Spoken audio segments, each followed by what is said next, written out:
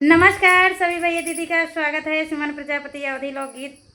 तो आज का गीत है बहुत ही मज़ेदार गीत है। पत्नी पति से क्या कह रही हैं, परदेश गए हैं पति, कैसे याद कर रहे हैं अपने पति को। तो गीत के माध्यम से लास्ट तक बने रहिए। बहुत ही प्यारा इसमें भाव है पत्नी का, बहुत ही प्यारा भाव है। क्या कहना है गीत में। हमरे हाथ के कंगनवा खनकाई देता, घरे तू आई जातना। हमरे हाथ के कंगनवा खनकाई देता, घरे तू आई जातना। घरे तू आई जाता, घरे तू आई जाता। हमरे हाथ के कंगनवा खनकाई देता, घरे तू आई जातना।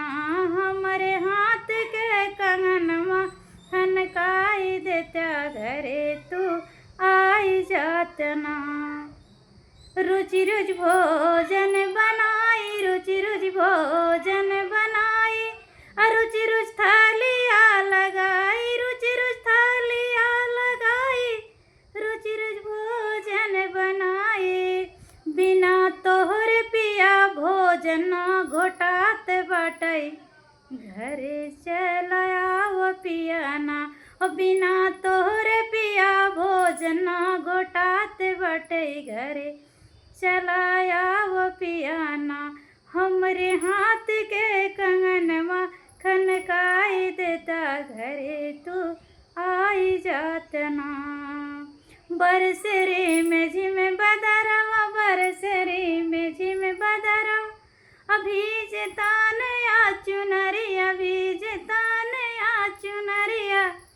बिना तोहर पिया, बिना तोहर पिया बाटई तपना पिया, घरे चलाया पियाना।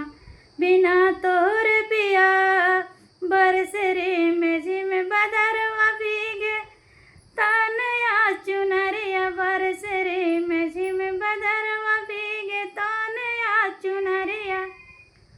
तब देख पिया नाही बुझात बाटई, घरे चलाया पियाना।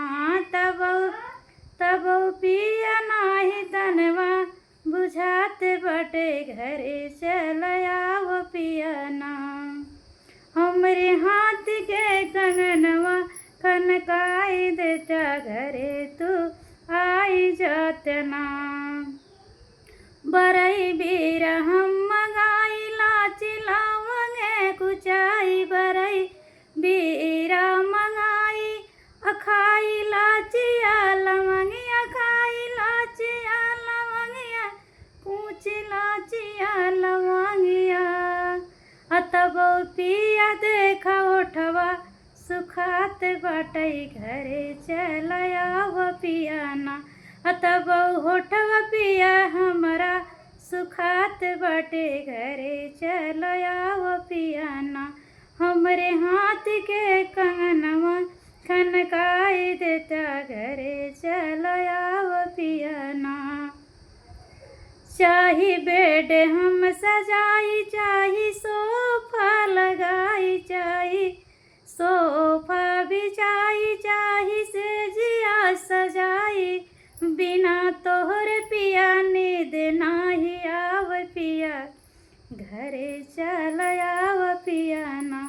बिना तोहरे पिया नींद नाही आव पिया, घरे चलाया पियाना। हमरे हाथ के कंगनवा खनकाई देता, घरे चलाया पियाना।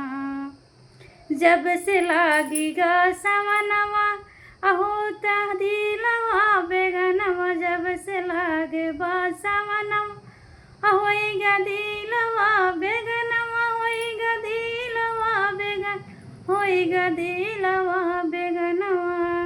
बिना तोहरे पिया, बिना तोहरे पिया कुछ ना सुझात बाटई, घरे चलाया पियाना।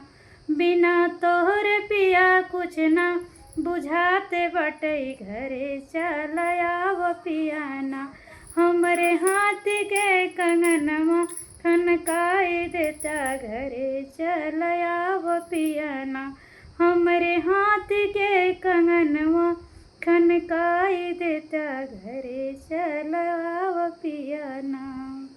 तो आप सबको एक गीत कैसा लगा ज़रूर बताना, कमेंट करेंगे तो थोड़ा मन का सुकून होगा कि हाँ आप लोग को गीत अच्छा लगा, भाव इसमें क्या था ज़रूर बताना। जय श्री कृष्णा, राधे राधे।